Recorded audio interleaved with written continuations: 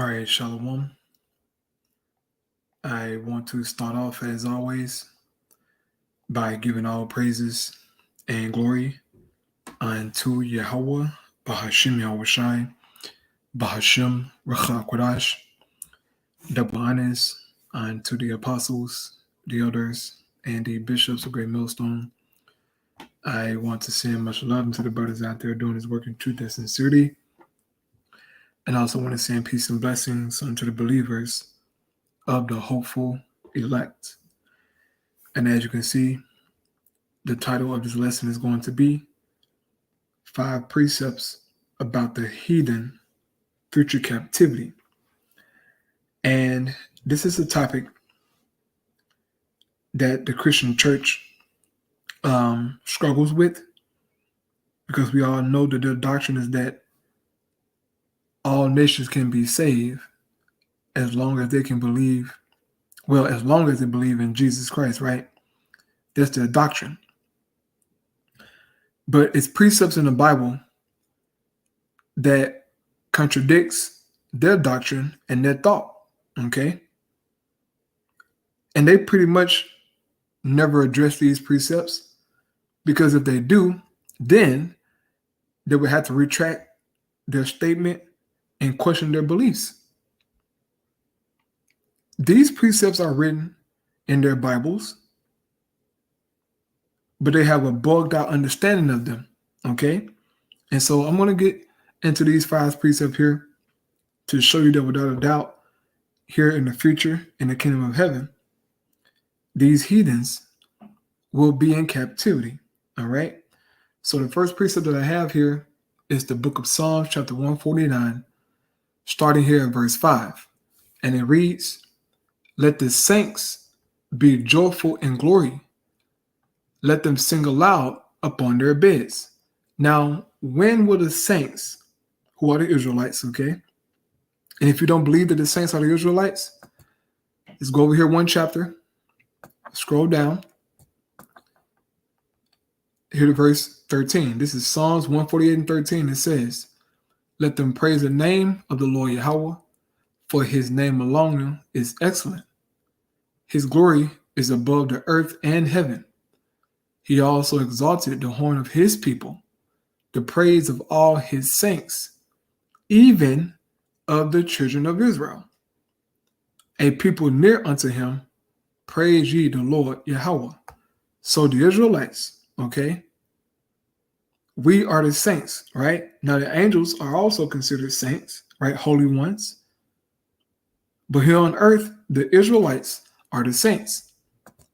So here back in Psalms 149, verse 5 again, it says, "Let the saints be joyful in glory." And that's going to be in the kingdom of heaven, man. "Let them sing aloud upon their beds." Now, what does the bed represent? It represents us being at rest, us being in comfort, all right? And that's going to happen for the Israelites in the kingdom of heaven, okay? It says, "Let the high praises of the Most High be in their mouth, and a two-edged sword in their hand." Now, why would we need a two-edged sword in our hand? Okay? What is this talking about? Verse 7 says, "To execute vengeance upon the heathen and punishments upon the people." So in the kingdom of heaven, when our Lord Yahweh returns, whom you call Jesus, right? His real name is Yahweh. When he returns and establishes the kingdom of heaven for the Israelites, we will get a chance to execute vengeance upon the heathen and punishments upon the people, okay? It says punishments, all right, with the S. So it's going to be a lot of butt kicking going on, because all the heathen nations, chiefly the Edomites, have brought hell upon Israel, man. But especially you Edomites, okay? You will get it the worst. But all the heathen nations, okay, they all had part in our downfall. And so they're all included in being judged, okay? It says to bind their kings with chains, and their nobles with fetters of iron. Now, why is this written in the Bible first and foremost? Okay, why would God allow something like this, Christian? Okay, why do God want the saints, okay, who are the Israelites, to bind the kings of the nations in chains and their nobles in fetters of iron? Why is that? Because they did the same thing to us, okay? The transatlantic slave trade wasn't that long ago, all right? That's still fresh in our memories, okay? That is still fresh in our memories, man. Even though it started way back, in the 1400s, man. That is still fresh in our memories. It's still echoed throughout history, man. Because this was a dark time for the Israelites, man. A very, very dark time for our people, okay? And they bound us with chains. The men, the women, the children, the elderly, okay? So when we get the kingdom, we're going to bind their kings, their noblemen in fetters of iron. Now, when you bind a king in chain, that's sending a message to his people. Because once you take the king down and you bind the king with chain, the people are going to follow suit. But they all will be bound in chains, okay? It says, to execute upon them the judgment written. This honor have all his saints, right? All the Israelites will have this honor of taking vengeance on the heathen. Praise ye the Lord Yahweh. Okay, so this is one precept proven, man, that in the near future in the kingdom of heaven, the heathens will be in captivity. All right. And we're going to execute upon them the judgment that is written for them in the Bible. And we're going to get into some of these judgments. All right. This is Isaiah chapter 14, starting at verse 1. It says, for the Lord Yahweh will have mercy on Jacob and will yet choose Israel and set them in their own land. So when it's all said and done, the Most High is going to choose his people, right? Because that's who the promise is for.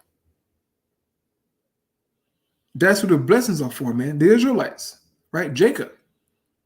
And we're going to be set back in our own land because at this very moment, we have been scattered throughout the four corners of the earth, man. And we're still scattered, okay? We're nowhere near the land of Israel, man. Now, there are Jakes over there, but all the Israelites are in their land. But what this is talking about is all of Israel going back to the Holy Land, all right? And receiving that promise that the Lord told our forefather Abraham, Isaac, and Jacob, man. It says, and the strangers shall be joined with them, and they shall cleave to the house of Jacob. These strangers, all right? These are Israelites, man, okay? And if you want to, get a little, clear, we are those strangers, okay? That's cleaving into the house of Jacob, man. That's coming back to this truth. It's talking about us, really, okay? It says, and the people shall take them and bring them to their place, and the house of Israel shall possess them, and the land of the Lord Yahweh for servants and handmaids. So in the kingdom of heaven, when we get back to the Holy Land, okay, we're going to possess the heathen nations as servants and handmaids, as our personal slaves, all right? You Christians do not want to touch on this topic. And you avoid these precepts, okay? You will never hear a Christian read these precepts. And if you get them to try to explain it, they're going to butcher it, okay? And say, this really don't mean that. But this is clearly talking about a future event. that's going to take place in the kingdom. Okay? It says, and they shall take them captives, whose captives they were, and they shall rule over their oppressors. So the Israelites, once again, will get the honor to take captive those who took them captive. And that's all the heathen nations, man. You all had a part in taking Israel into captivity and discontinuing us from our heritage, man. You all took part in that. And how do we know this? Real quick, Psalms 83, okay? Psalms 83, starting at verse 1, it says, keep not thou silent, O Yahweh. Hold not thy peace, and be not still, O God. For lo, thine enemies, right, make a tumult, and they that hate thee have lifted up the head. It says, they have taken crafty counsel against thy people, all right? Who are the Lord's people? The Israelites, okay, the 12 tribes. So the Lord's enemies have taken crafty counsel against the Israelites, okay? And the scripture is going to tell you what their crafty counsel was. It says, and consulted against thy hidden ones, they have said, so this is the counsel that they took. They have said, come, let us cut them off from being a nation, that the name of Israel may be no more in remembrance. So they took counsel together to pretty much discontinue us from our heritage, man. Okay? Which was one of the curses, by the way. All right? That when we got scattered, we won't remember ourselves. And let's get that precept to prove that, okay? This is one of the curses. But the Lord just used the heathen nations, okay, to bring it to pass. But even though he used them to bring it to pass, he's going to judge them from doing it. That's how the Most High get down, man. Real quick, Deuteronomy 32:26, it says, I said I would scatter them into corners, meaning the four corners of the earth. I will make the remembrance of them to cease from among men. The remembrance of them, right? Us as a people, man. For a long time, we didn't know who we were. And so we have taken on, or we took on, what the damn heathen called us, okay? Esau now. Or you black, you're Latino, okay? Because the remembrance or the knowledge of who we were came to cease, man, for a long time. But the heathen nations, they took their counsel to make sure that we didn't know. But really, it was the Most High who did it, okay? He just used them to bring that curse to pass, man. So it says once again, they have said, come, let us cut them off from being a nation, that the name of Israel may be no more in remembrance. For they have consulted together with one consent. So there was an agreement, man. They are confederate against thee. And it says, the tabernacles of Edom, all right, the first one mentioned is the so-called white man, our chief enemy. But then it says, and the Ishmaelites, right, the so-called Arabs, okay? For you Negroes out there who are diehard Muslims, right? Ishmael is our enemy, man.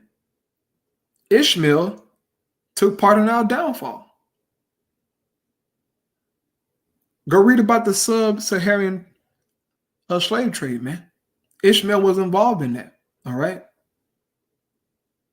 It says of Moab and the Hagarenes, Gebal and Ammon and Amalek, right? Which is the tribe of Esau.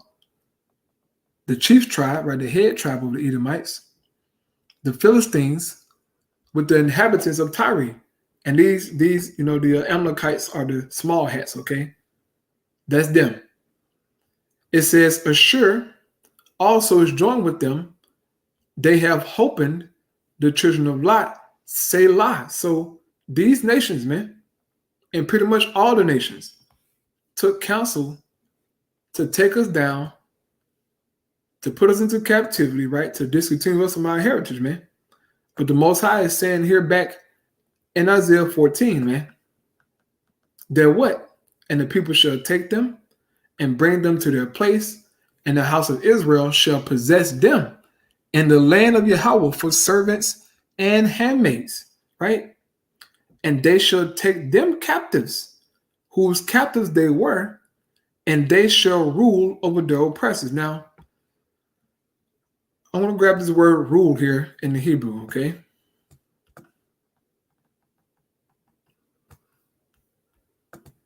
It's H7287, and the Hebrew word is a radah, okay? And it says, to rule, have dominion, dominate, tread down. To have dominion, rule, subjugate. To cause, to dominate, to scrap out, to scrap out. So we're going to have dominion over you. We're going to dominate you. We're going to tread you down. Subjugate you, man. Thus said the Bible, okay? Unto all our enemies, man. Because of what you have done unto us, okay? This is the ultimate payback, man. All right, this is the ultimate reparation. What the Bible says, man. And verse 3 says, and it shall come to pass in that day that the Lord Yahweh shall give thee rest from thy sorrow. So when this comes to pass, man, we're going to be rested from our sorrows. Right now we got sorrows, man, catching hell. But the Most High going to give us rest from this, right? It says, and from thy fear, and from the hard bondage, right? The hard bondage wherein thou was made to serve. So once we get these heathen into captivity, man, we're going to finally get some rest, finally be at peace. All right, the Most High God is going to take away this burden that's on our back, man. Real quick, Isaiah 10 and verse 27. You got 27, right? It says, and it shall come to pass in that day that his burden shall be taken away from off thy shoulder, and his yoke from off thy neck, and the yoke shall be destroyed because of the anointing. So the Most High is going to take away this burden, man, this captivity that we're suffering, okay? Under these heathen nations, man, chiefly under the Edomites, okay?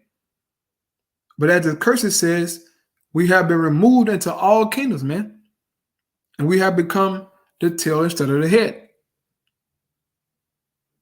But this is going to all change, man, okay? Next precept here, Jeremiah 30 and 16. All right, the third precept. It says, therefore all they that devour thee shall be devoured. And all thine adversaries, right?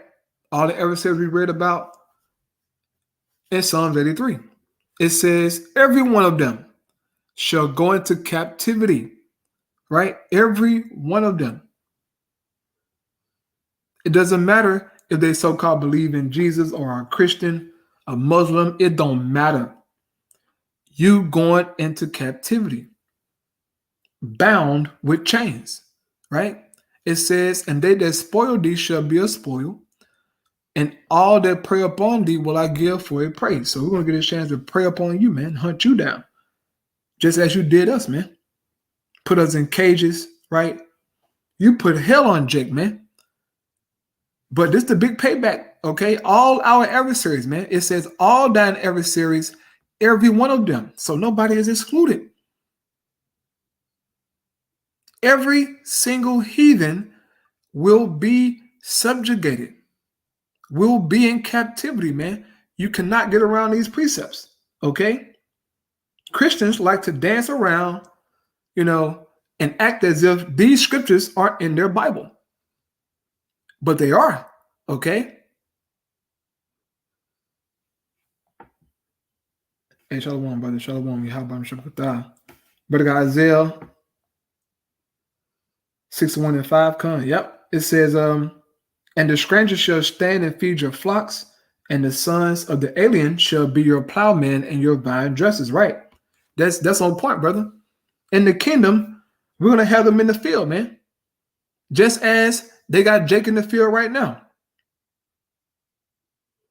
And that goes into the, sports, right? The entertainment world, our so-called regular jobs. Just as our forefathers served back in ancient Egypt, man. Okay, I read it this morning. All right, here in Exodus chapter 1, right? Exodus 1 and 11, it says, therefore they did set over them taskmasters to afflict them with their burdens, and they built for Pharaoh treasure cities, Pithom and Ramses. But the more they afflicted them, the more they multiplied and grew. And they were grieved because of the children of Israel. It says, and the Egyptians made the children of Israel to serve with rigor, meaning what? They put hell on them. All right, hard bondage. Right? Just as we serve today. And they made their lives bitter with hard bondage in mortar and in brick and in all manner of service in the field. All their service wherein they made them serve was with rigor. They're having back in ancient Egypt. It's happening in the spiritual Egypt, man, here in Babylon the Great. So just as you have treated us and made us work in the fields in the kingdom of heaven, as this brother here posted, okay, you're going to be in the field feeding our flocks, tending to our vine dressers, man. Okay, in the field, picking cotton, all that good stuff, you're going to be doing it, my nigga. And you won't have a choice. Okay, you won't have a choice, man. So once again, it says all that in every series, every one of them shall go into captivity, all right? Not might go into captivity. You shall go into captivity. Because it is the judgment that is written. As it says here back in Psalms 149. In verse 9 again, it says, to execute upon them the judgment written. Dishonor have all his saints, praise you the Lord Yahweh. So you got to go through it. There's no way around it, man. In verse 17 says, for I will restore health unto thee, and I will heal thee of thy wounds, said the Lord Yahweh. And as of right now, we are being restored back, man, to the truth. And this word is healing us of the wounds that we have suffered spiritually, man, and departing from the Most High, okay? First, let's prove that the word is healing us. And also, let's prove that we were once sick and had wounds, man. So first I want to prove this here with Psalms 107, verse 20, right? Famous precept. It says, he sent his word and healed them, right? He sent his word and healed them, man. Ultimately, that word is Yahweh Shai, okay? But the brothers been out there on the highways and the byways, man, here on the internet, preaching the word. And brothers and sisters hearing that, man, and we're being healed, okay, from the sickness that we learned here in Babylon, man. It says, and delivered them from their destructions, right? Brought us out of that 2/3 lifestyle, man, which was a destructive lifestyle, okay? So the word healed us, man, of the sickness that we as a people were suffering, man. Isaiah 1, real quick. Get right to it. Isaiah 1 and verse 5, it says, why should ye be stricken anymore? Ye will revolt more and more. The whole head is sick, the whole heart faint. From the sole of the foot even unto the head, there is no soundness in it, but wounds and bruises and putrefying sores. They have not been closed, neither bound up, neither mollified with ointment. So for a period of time, we was through as a people, man. But the Most High, as he promised, he said that we would bethink ourselves, man, and come back to our heritage. And this is what you see today. All right. And these Christians cannot grasp why we're doing what we're doing. Even though they have Bibles, even though they watch the videos and approach the camps, they still can't get why are we doing this. This is a spiritual thing, man. You're not going to get it unless you're an Israelite, right? of the hopeful elect, man. The Lord has restored us. So going here back to Jeremiah 30 and 17, it says, "For I will restore health unto thee, and I will heal thee of thy wounds, said the Lord Yahweh. Because they called thee an outcast, saying, This is Zion, whom no man seeketh after." Now, you know what? Yeah, you know what? I read down to verse 20. Okay, it says, "Thus said the Lord Yahweh, behold, I will bring again the captivity of Jacob's tents, and have mercy on his dwelling places, and the city shall be built upon her own heaps, and the palace shall remain after the manner thereof. And out of them shall proceed thanksgiving, and the voice of them that make merry. And I will multiply them, and they shall not be few. I will also glorify them, and they shall not be small." This is going to happen in the kingdom of heaven, man. It says, "Their children also shall be as aforetime, and their congregation shall be established before me, and I will punish all that oppress them." Okay? He's going to punish all that oppressed us, man. All the heathen nations got to suffer that. Okay? They got to suffer it, man. Thus say Yahweh Shem Shai. There's no getting away around these scriptures, bro. Okay? Now, moving on here to my next precept. Okay, my fourth precept. This is Revelation chapter 13, starting at verse 7. It says, "And it was given unto him to make war with the saints and to overcome them." Now, who is the him talking about? Esau, okay? The Edomites. It was given unto him to make war with the saints and to overcome them, okay? Real quick, Isaiah 47, right? Isaiah 47, in verse 6, it says, "I was wroth with my people. I have polluted mine inheritance and given them into thine hand." So the Most High gave us into the hands of Esau, man, or into his power, right? His control. "Thou didst show them no mercy.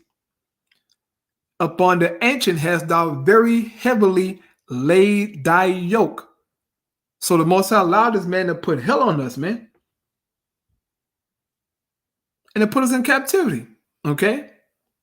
So it was given unto Esau, right, to make war and to overcome us. It says, "And power was given him over all kindreds and tongues and nations." So this man is ruling over everybody, okay? In particular, Babylon the Great, man. That's who really made war with Jake. And let's prove that real quick.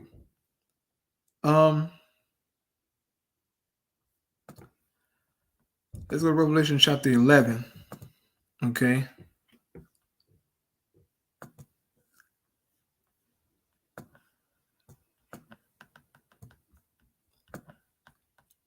It says, "And when they have finished their testimony, the beast that is sent out of the bottomless pit shall make war against them and shall overcome them and kill them."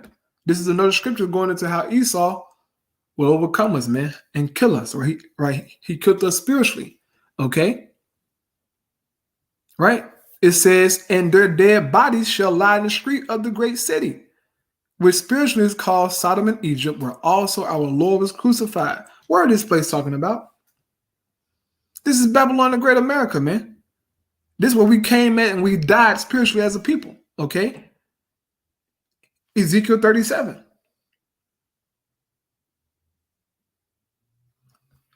Now let's go to Revelation chapter 17, right? Let me just do this real quick. I'm going to do all this skipping. Revelation 17. It says,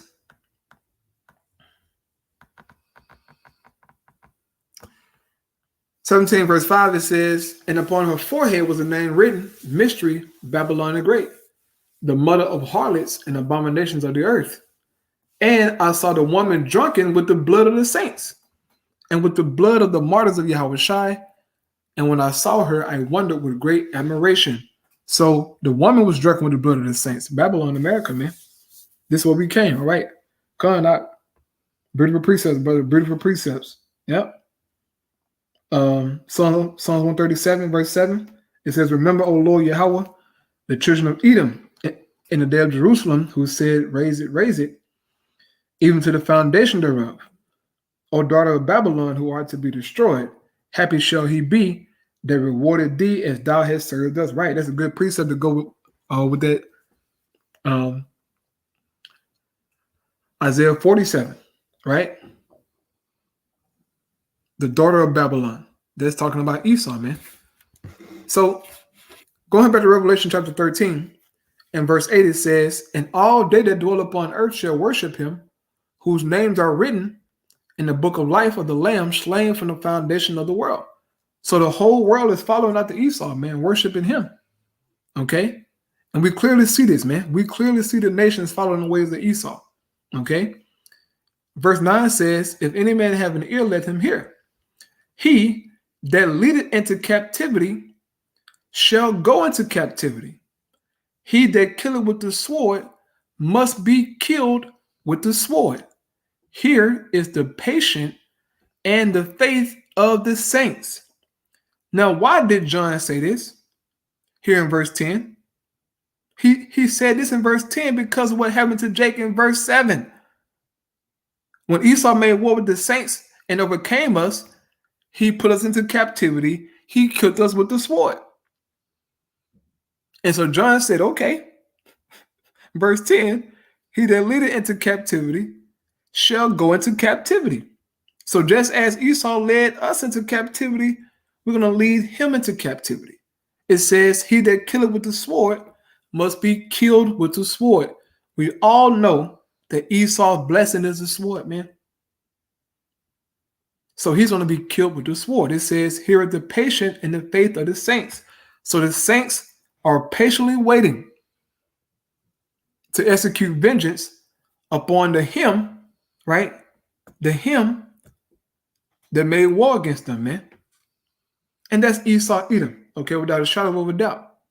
He's going into captivity, man. And the last precept I have here is the book of Isaiah 60, okay? My favorite chapter.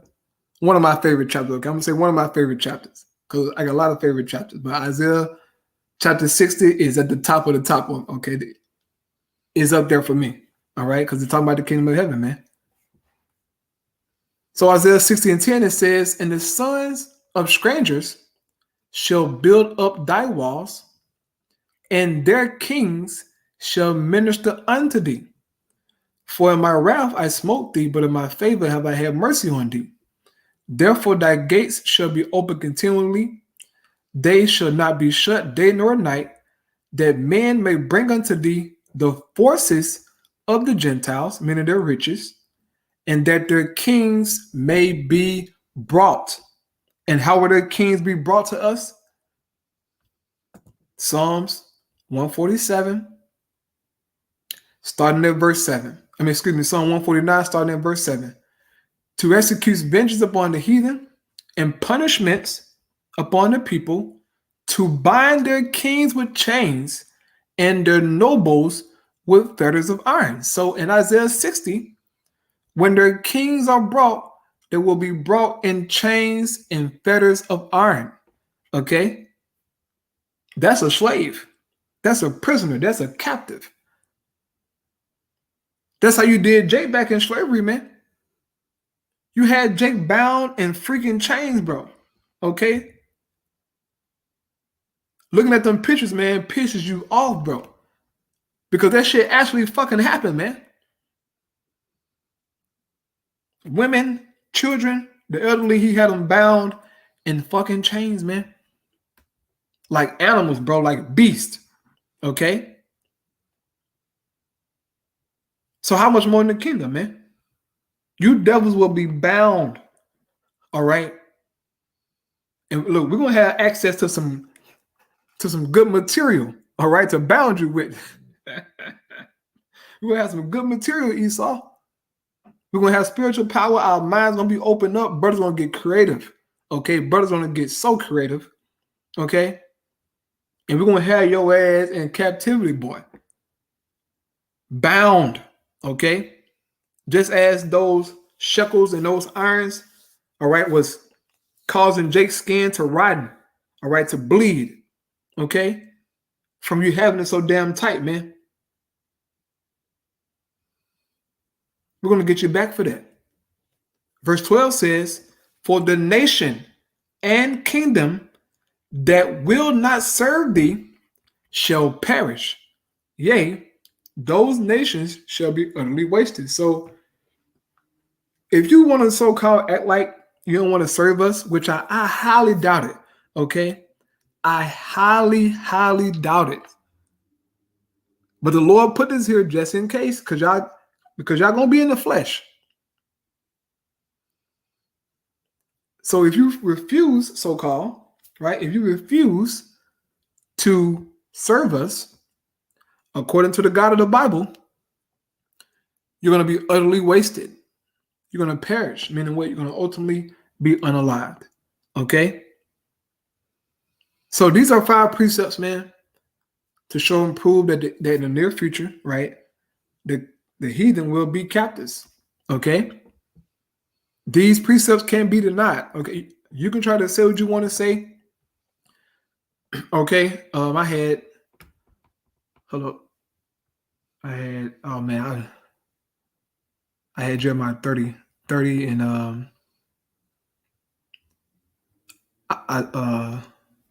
Isaiah 14. Yeah. But yeah, man, these precepts can't be denied. All right. Lord willing, it was edifying. And thank you, Rock, for those precepts, man. Powerful, powerful precepts. But I'm gonna close out with this, man. I'm gonna try to go my butt to sleep. I'm tired. And what really inspired this lesson, man, was me working to 9 o'clock, man. I've been doing this shit every day for about 2 weeks straight, bro. But actually longer than that. I don't know what's going on in my job, but we working crazy hours. Crazy hours, bro. I'm tired in the mud. Bro, I can't wait to get some sleep. Okay? I can't wait to get some sleep, bro. And be off this weekend, man. And rest my body, bro. Okay? You know, of course the Passover, coming up. But I definitely want to give me some sleep, man. Because I need it. I need it bad, man. So that want to close out. Lord willing, it was edifying, man. All praise Yahweh by Shema Shai by Shema Chakodash. The one is unto the apostle, knows the great millstone. Peace and blessing to the elect. Keep fighting, keep pushing out there, man. Keep working on yourself. Shalom.